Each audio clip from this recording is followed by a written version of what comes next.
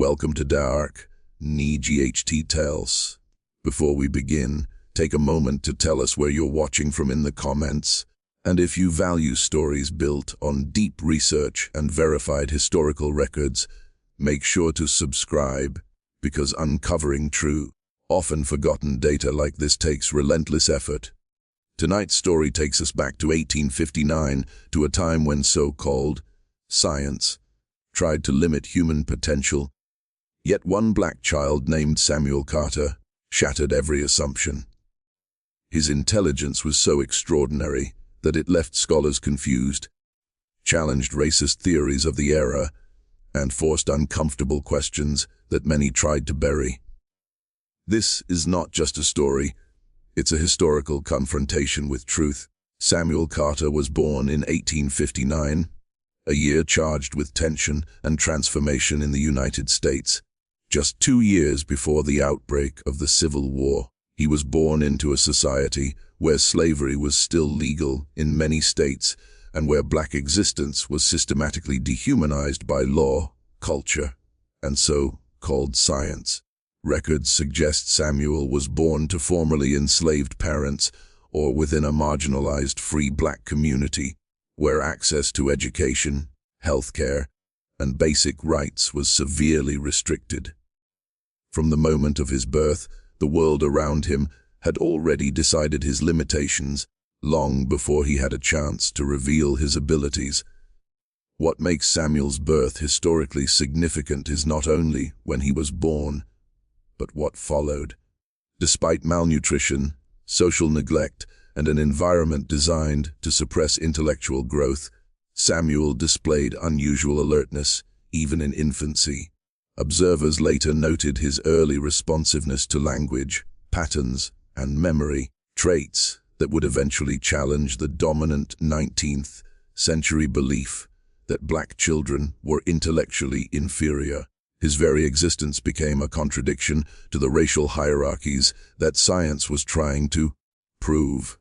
At the time, Samuel Carter's birth marked the beginning of a quiet but powerful disruption, one child whose mind would expose the fragility of racist scientific theories and force a re-examination of intelligence, humanity, and truth in an era built on denial. The world Samuel Carter was born into was one where race defined destiny. In 1859 America, the social and racial climate was dominated by slavery, segregation, and a rigid hierarchy that placed black people at the very bottom of society. Even in states where slavery was illegal, black communities lived under constant threat, denied equal protection, barred from quality education, and excluded from intellectual spaces.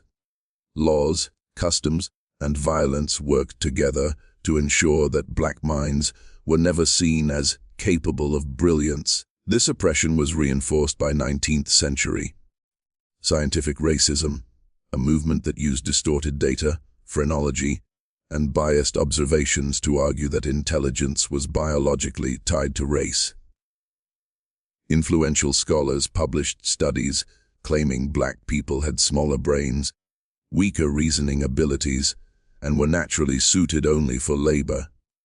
These ideas were taught in universities, printed in journals, and used to justify slavery and colonial domination. Any evidence that contradicted these beliefs was ignored, dismissed, or deliberately erased. In this hostile environment, a black child showing extraordinary intelligence was not celebrated. It was dangerous. Samuel Carter's abilities did not emerge in a neutral world. They emerged in a society invested in proving he should not be intelligent at all. His existence threatened an entire system built on inequality, making his story not just remarkable, but deeply unsettling to the power structures of his time. From a remarkably young age, Samuel Carter began exhibiting behaviors that set him apart from other children around him. While most children were still struggling with basic speech and motor coordination, Samuel showed an unusual awareness of his surroundings. Caregivers and family members reportedly observed his intense focus on sounds, symbols, and conversations often responding in ways that suggested comprehension far beyond his years. He demonstrated an advanced memory, recalling words, faces, and sequences after minimal exposure, an ability that startled those who spent time with him. As he grew older, these signs became impossible to ignore. Samuel learned language at an accelerated pace, forming complex sentences at an age when many children could barely communicate basic needs. He showed a natural grasp of numbers, patterns, and logical relationships without formal instruction. Objects were not just toys to him, they were puzzles to be analyzed.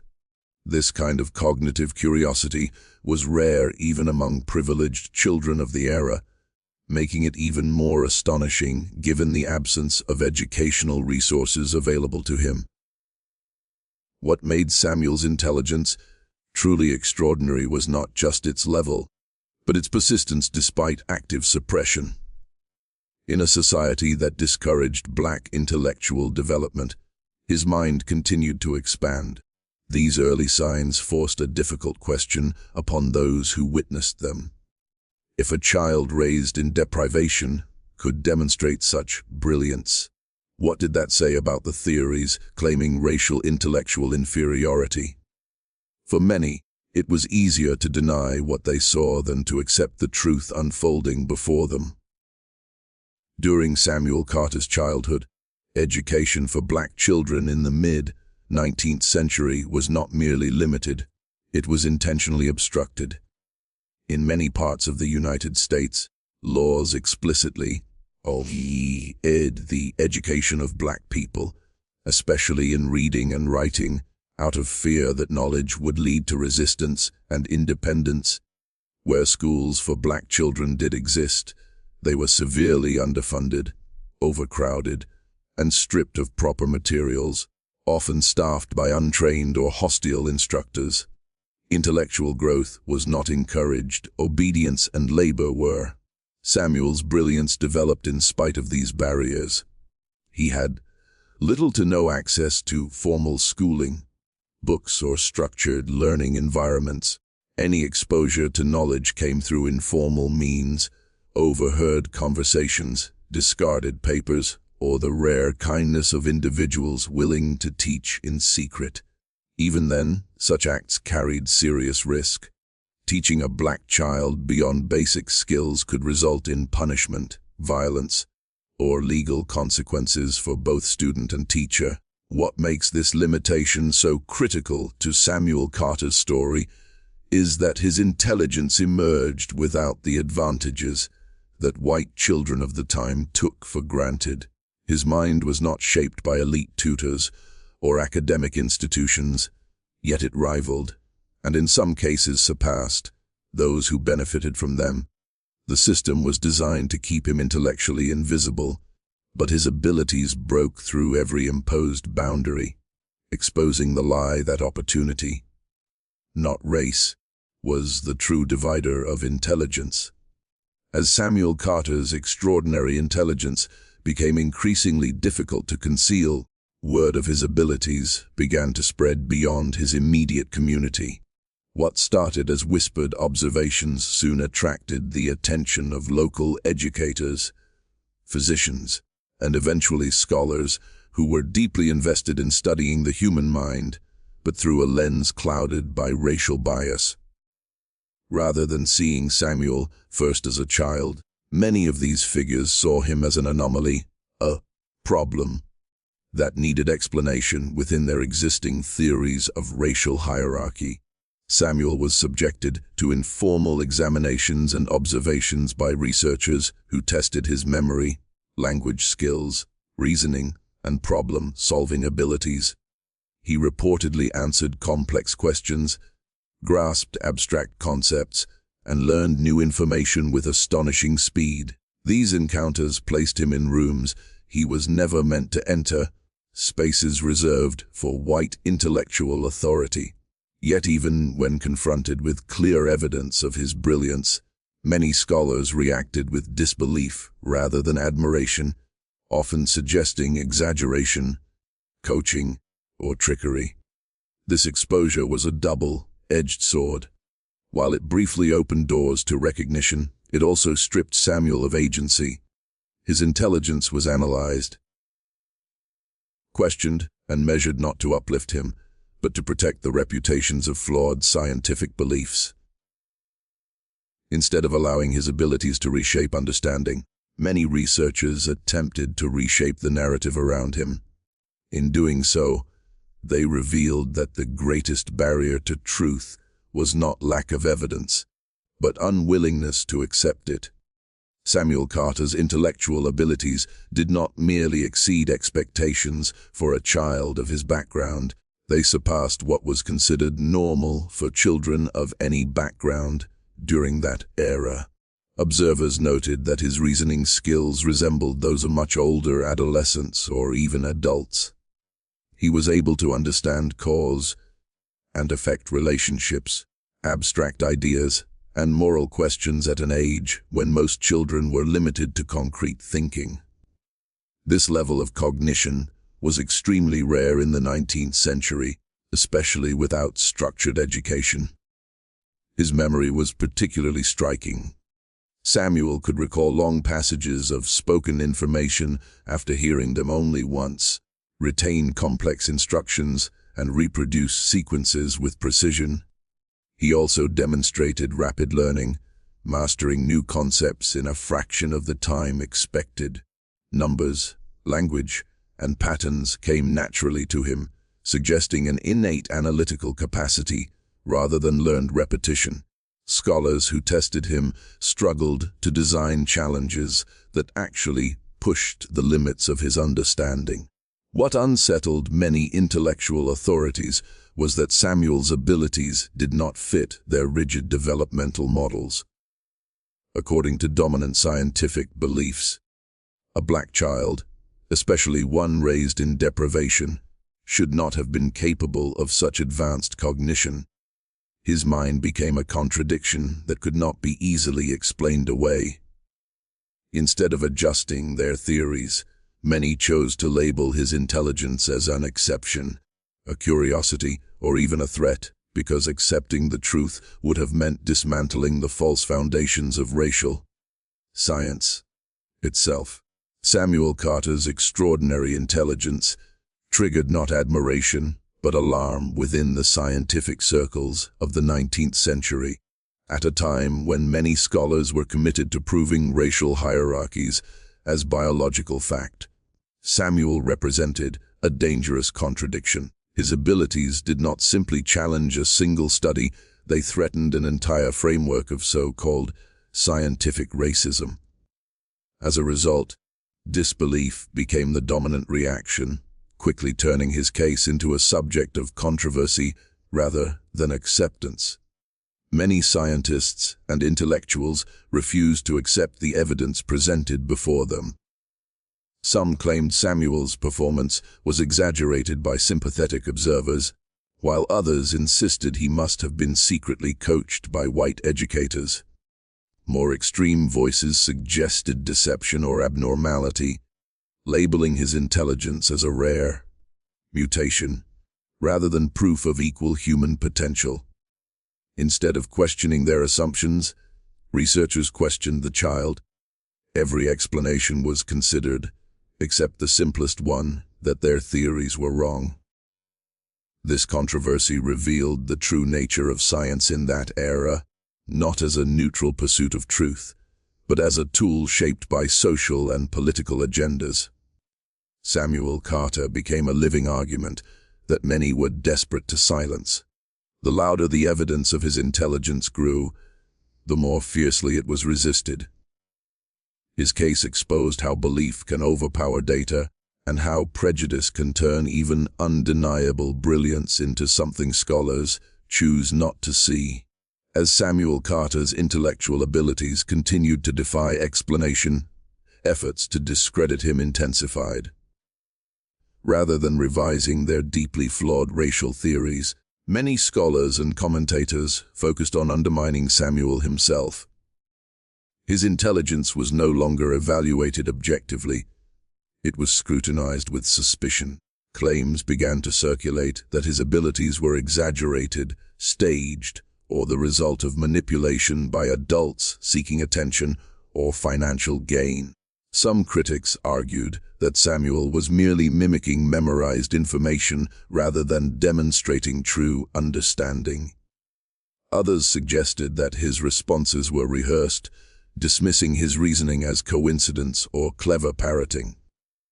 In more insidious attempts, a few went so far as to question his mental stability, implying that his intellect was abnormal or pathological, something unnatural rather than remarkable. These narratives were designed to shift focus away from the uncomfortable truth his abilities represented. These attempts to discredit Samuel reveal more about the era's fear of intellectual equality than about the child himself. Acknowledging his brilliance would have meant admitting that intelligence was not determined by race and that the foundations of scientific racism were built on lies. By attacking Samuel's credibility, his critics sought to preserve a system that depended on denying the humanity and potential of millions. In the end, the greatest effort was not to understand his mind, but to erase its meaning. To fully understand the resistance to Samuel Carter's intelligence, one must confront the deep racial bias embedded in 19th century science. During this period, science was not an objective search for truth. It was often shaped to reinforce existing power structures. Many respected scientists openly believed that humanity was divided into hierarchies, with white Europeans at the top and black people positioned as biologically inferior. These beliefs were treated as facts, published in academic journals, and taught in universities. Fields such as phrenology, craniometry, and early anthropology were used to measure intelligence through skull size, facial angles, and other pseudoscientific methods. Data that supported racial superiority was amplified, while evidence that contradicted it was ignored or suppressed. When individuals like Samuel Carter emerged, clearly intelligent, articulate, and capable of complex reasoning, they posed a direct threat to these fabricated conclusions. Instead of adjusting their methods, scientists adjusted their interpretations to preserve bias. Samuel's case exposed the hypocrisy at the core of racial science. His intelligence was not denied because of lack of evidence, but because of an unwillingness to accept equality. The bias was so entrenched that even direct observation could not overcome it. In this way, 19th century science became less about discovery and more about defense, defending a worldview that justified oppression by disguising prejudice as knowledge. As debate around Samuel Carter's intelligence intensified, psychological and cognitive examinations were conducted in an attempt to classify, explain, or contain what many scholars found unsettling.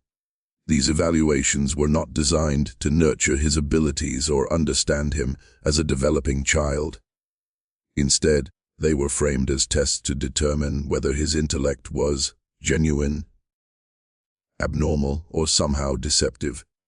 At a time when psychology was still in its infancy, such examinations were deeply flawed and heavily influenced by racial assumptions. Samuel was subjected to memory trials, problem-solving tasks, language assessments, and moral reasoning questions, often administered in unfamiliar, intimidating environments.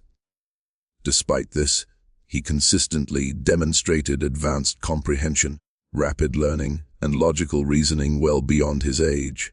In some instances, examiners reportedly changed the rules mid-test or increased difficulty without acknowledgement, hoping to expose a failure that would validate their skepticism. When these examinations failed to disprove his intelligence, the results were often reframed. Rather than concluding that Samuel was exceptionally gifted, some psychologists labeled him an outlier or a psychological curiosity. Others avoided publishing full findings altogether. These examinations ultimately revealed a harsh truth. The goal was never to understand Samuel's mind, but to protect a biased scientific narrative. His brilliance survived every test, yet acceptance remained the one thing never offered. News of Samuel Carter's remarkable intellect slowly filtered into newspapers, academic discussions, and informal scholarly circles where reactions were sharply divided.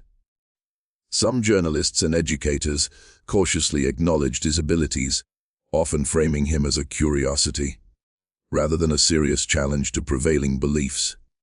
Articles, when published, used language that distanced readers from the implications of his intelligence, emphasizing how unusual or exceptional he was, instead of questioning why such talent was considered impossible in the first place. Within academic circles, the response was even more restrained. Scholars debated Samuel's case in private letters and closed meetings, where skepticism dominated. Few were willing to publicly support findings that contradicted racial theories endorsed by respected institutions. Supporting Samuel's intelligence carried professional risk. It could mean ridicule, loss of credibility, or exclusion from elite academic networks. As a result, many chose silence over truth. This cautious, often dismissive reaction from media and academia ensured that Samuel Carter never received the recognition he deserved. His story was fragmented, diluted, or quietly set aside. Rather than becoming a turning point in understanding human intelligence, his case was buried beneath euphemisms and half-truths, demonstrating how institutions tasked with informing society can also play a powerful role in suppressing uncomfortable realities. As evidence of Samuel Carter's extraordinary intelligence accumulated, a deliberate effort emerged to suppress the full scope of the findings. Test results, observation notes, and personal accounts that supported his advanced cognitive abilities were often left unpublished, archived without reference, or selectively edited to remove their most challenging implications. In an era where academic institutions controlled what was considered legitimate knowledge, silence became a powerful tool. Some researchers chose not to submit their findings at all, fearing professional backlash or damage to their reputations. Others softened their conclusions, framing Samuel's abilities as anecdotal rather than empirical, or reducing them to vague statements that avoided confronting racial assumptions. In certain cases, records were fragmented, key details omitted, names removed, timelines obscured, making it difficult for future scholars to reconstruct the truth. What could not be disproven was simply hidden. This suppression was not accidental, it was strategic. Acknowledging Samuel Carter's intelligence in full would have forced a reevaluation of widely accepted racial theories and the social systems built upon them. By burying the evidence, institutions preserved their authority and avoided uncomfortable change. The cost of this silence was immense, not only for Samuel, whose potential recognition was stolen, but for history itself, which was left incomplete by the truths it refused to record. Samuel Carter's case holds profound historical significance, not because it was widely recognized, but because it was deliberately ignored. In an era dominated by scientific racism, his documented intelligence stood as living evidence against the false claim that intellectual capacity was determined by race. Had his case been honestly acknowledged, it could have challenged and weakened the ideological foundations used to justify slavery, segregation, and systemic exclusion. Instead, history chose convenience over truth. His story reveals how knowledge can be shaped by power. Samuel did not fail science, science failed Samuel. The refusal to accept his abilities exposed the limits of 19th century scholarship and its entanglement with prejudice. His case now serves as a critical example for modern historians, showing how data can be manipulated, suppressed, or erased when it threatens dominant narratives. Today, Samuel Carter represents the countless black minds whose brilliance was denied, undocumented, or dismissed. His case forces us to ask difficult questions. How many other stories were lost, and how different might history look if they had been told? In this way, Samuel's legacy extends beyond his own life, standing as a symbol of suppressed truth and a reminder that real progress begins when evidence is valued over ideology. Samuel Carter's legacy is defined as much by what is missing as by what is known. Because records were suppressed, fragmented, or never fully preserved, much of his later life remains unclear. We do not know whether he was given opportunities to continue developing his intellect, whether his abilities were nurtured or abandoned, or whether he faded into obscurity under the weight of a society unwilling to accept him. These gaps are not accidental. They are the result of a system that chose erasure over acknowledgement. What endures, however, is the question his life still asks. How many brilliant minds were lost to history because of race, bias, and fear of equality? Samuel Carter stands as a symbol of unrealized potential, not because he lacked ability, but because the world around him lacked courage. His story challenges modern audiences to reconsider whose intelligence has been historically validated and whose has been ignored. The unanswered questions surrounding Samuel's life are part of his power. They remind us that history is not just written by those who act, but by those who decide what is worth recording. Remembering Samuel Carter is an act of resistance against that silence, and a call to ensure that no truth, no matter how uncomfortable, is ever buried again.